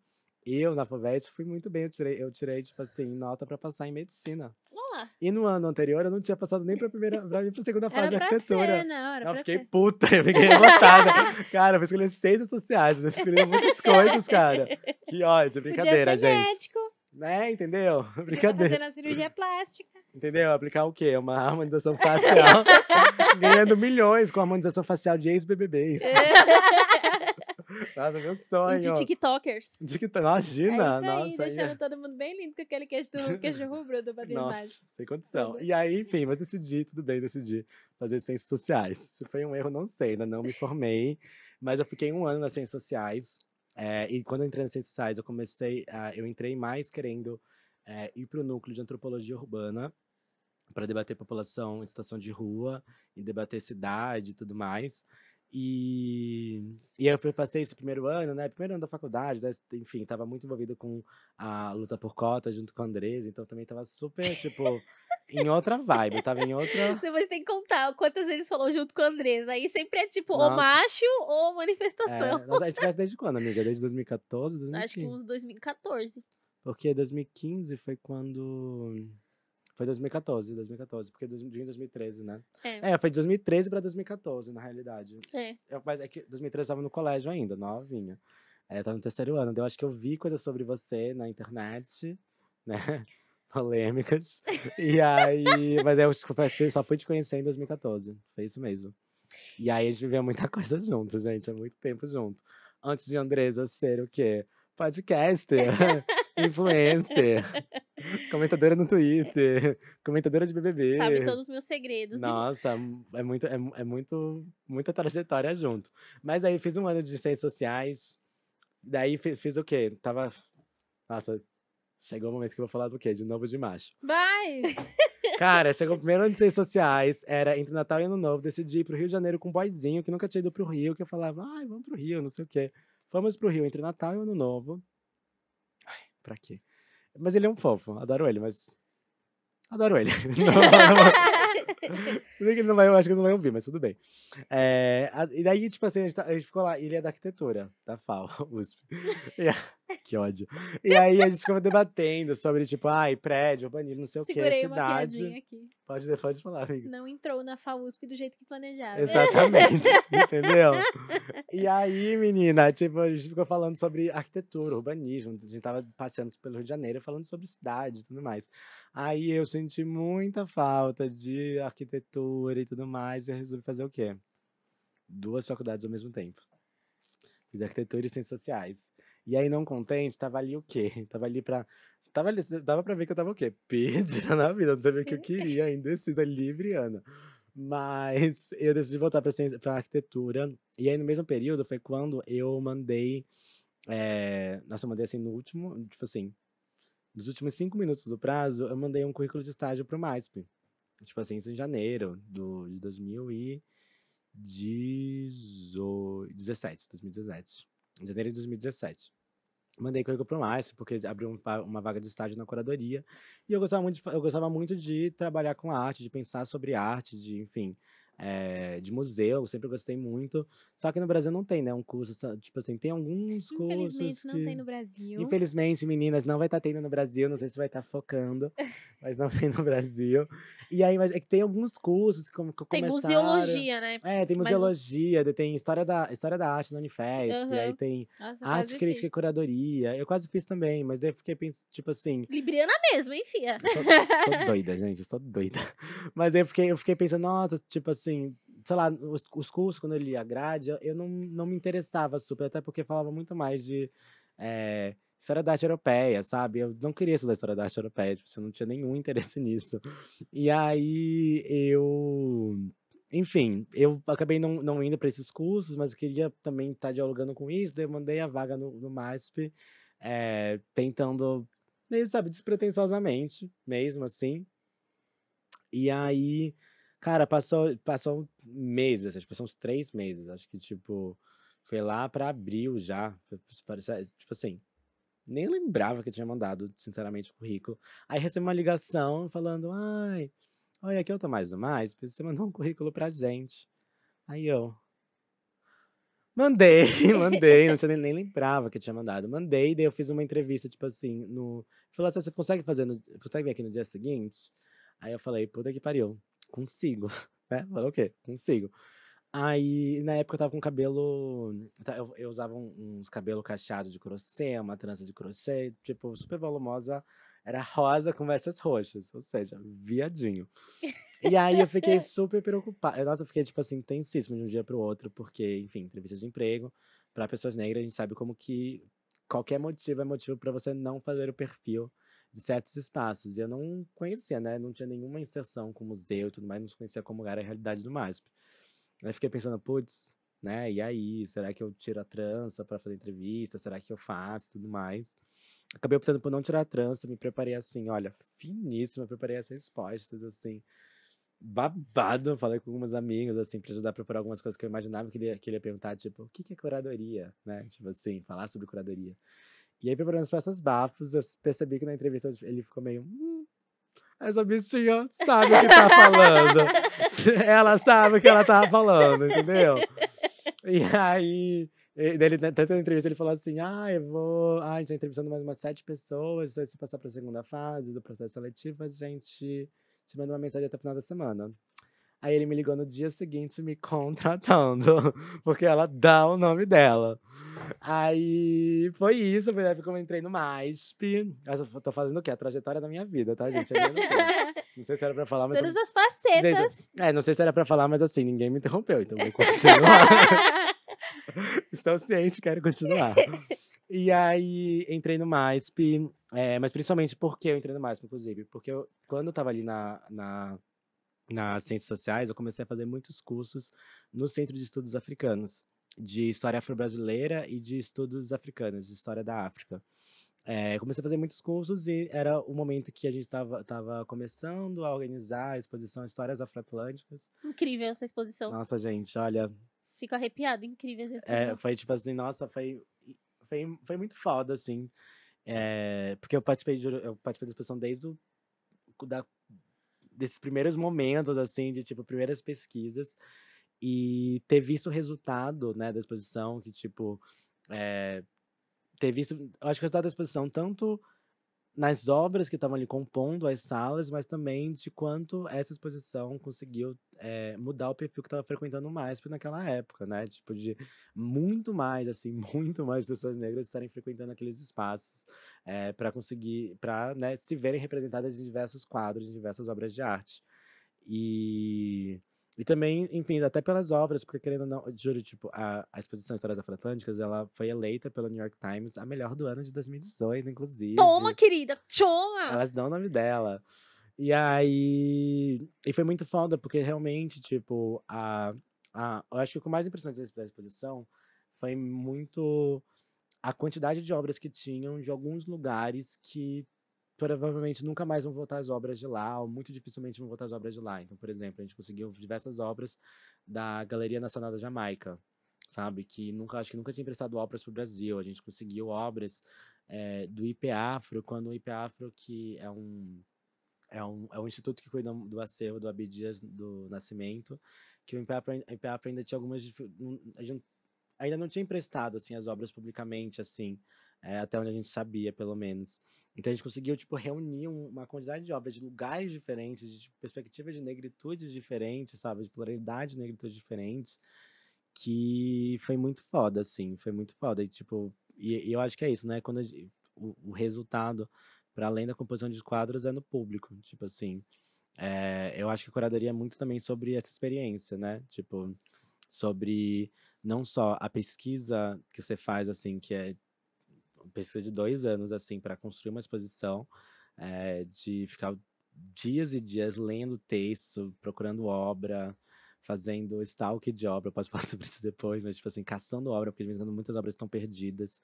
É, mas é muito sobre a experiência que você causa nas pessoas que estão indo online, principalmente quando a gente está pensando em pessoas negras que a gente sabe que tem uma dificuldade em acessar espaços de museus, porque muitos museus ainda têm valores de ingresso muito caros, inclusive o MASP tem valores de ingresso que não são acessíveis. Eu fui no dia que era de graça. Exato. Então, tem esses momentos, assim, que são gratuitos, mas também é isso, né? Tipo, é um dia... Só que nem todo mundo consegue separar um dia da semana E o dia pra ir, né? gratuito também se não me engano, no mais é É, terça-feira. terça-feira. Então, tipo assim, dia útil, sabe? Quem tem tempo pra ir no museu, enfim. Querendo ou não, tipo, vamos supor uma família que sai, sei lá, de uma periferia pra ir ter um rolê, pra ir ter um lazer, um momento de lazer no museu. Tipo, só a passagem de busão, tipo, de ida e volta, de busão e metrô, já é cara pra caralho. Quando vai chegar lá no museu, ainda vai gastar, pelo menos pra 4 membros de uma família, uns R$ 150 pra entrar no museu. Tipo, sei lá, num programa leve, você gasta ali R$ 200, sabe? Entendeu? Tipo assim, é muito fora da realidade de muitas pessoas. Então, durante a exposição também, acabou rolando alguns outros momentos que foram gratuitos, que as pessoas conseguiam gratuidade, conseguiam entrar sem pagar, de outros dias da semana também, que isso ajudou a garantir também mais diversidade de público. Só que ainda tem muito caminho pela frente, né? Vale falar que só foi o mínimo, tá? Isso nós vangloriando. Mas tem muito caminho pela frente, mas que, querendo, não é isso, né? Quando a gente tá falando. Enfim, curadoria pra mim é muito sobre isso. Quando você tá falando tipo assim, de falar de histórias afroatlânticas e querendo dialogar sobre negritude, com pessoas negras, também a curadoria é essa experiência que ela pode causar nas pessoas negras, sabe? Nessas pessoas que estão frequentando esses espaços. De, tipo assim, finalmente se ver representado numa obra de arte, sabe? Tipo, de entender que a história, por exemplo, a história da arte que a gente aprende é a história da arte europeia, a história da arte branca, a história da arte, enfim, ele da elite, né? E o quanto a gente tem também várias histórias da arte, que são histórias que, inclusive, são histórias também são nossas, sabe? Também que também podem servir de inspiração para a gente se ver, se sentir representado, para a gente entender. O pessoal fala muito sobre ancestralidade, né? Para entender, tipo, essa ancestralidade, tudo que veio antes e como essas diversas pessoas negras na história da arte existiram, mas elas tiveram suas narrativas, suas vidas, suas produções artísticas invisibilizadas e silenciadas. Vamos encerrar? Bom.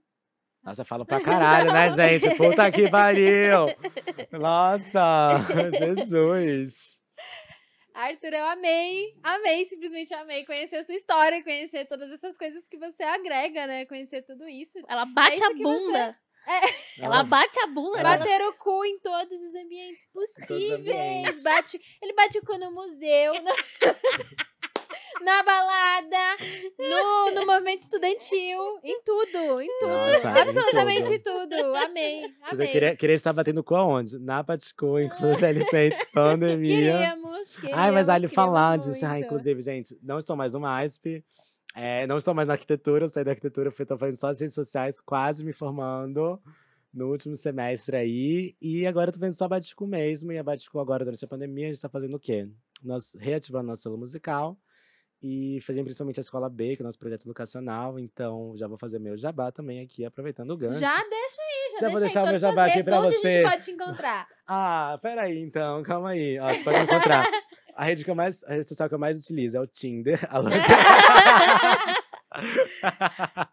É, mas ele falava, a Baticu tá fazendo, já vou falar das minhas redes sociais. A Baticu tá fazendo, agora nesse período de pandemia, a Escola B online, principalmente fornecendo curso de formação sócio-histórica. A gente fez um curso aí de músicas negras do Brasil, debatendo sobre toda essa questão de musicalidades negras e da maneira como eh, a gente teve toda essa circulação para a construção de ritmos, e a maioria dos ritmos que a gente vê que são embranquecidos hoje em dia tiveram toda uma matriz africana de construção e todo um processo de criminalização também, enfim. Esse curso está disponível online no YouTube da Baticu, porque a gente deixou gravado, e a gente está fazendo diversos outros cursos, explorando sobre, falando sobre, dialogando sobre linguagens artísticas, como, por exemplo, música, como eu disse, dança, artes visuais, artes cênicas, literatura, moda, audiovisual e muitas outras linguagens possíveis. E para quem ficou interessado nessa carinha, para quem ficou interessado na Baticu, o Instagram da Baticu é @Baticu, Baticu de bater o cu mesmo, Batekoo. E as minhas redes sociais são muito mais aguardadas de vocês.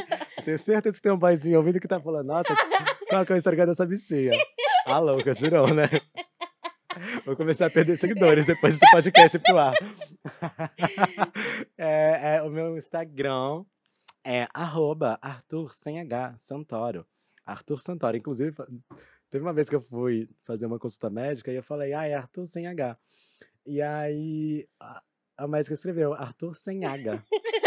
Mas é Arthur Santoro, tudo junto, @Arthur Santoro. No Instagram, no Twitter é Arthur Santoro, _, porque infelizmente pegaram Arthur Santoro sem underline. Outro Arthur Santoro veio primeiro. Infelizmente ele é meio negacionista. Não sou eu, pelo amor de Deus, gente. Não confundam. Tá lá o Arthur antivacina. Nossa, Ganha. é uma outra pessoa, né? Ai, gente, beleza.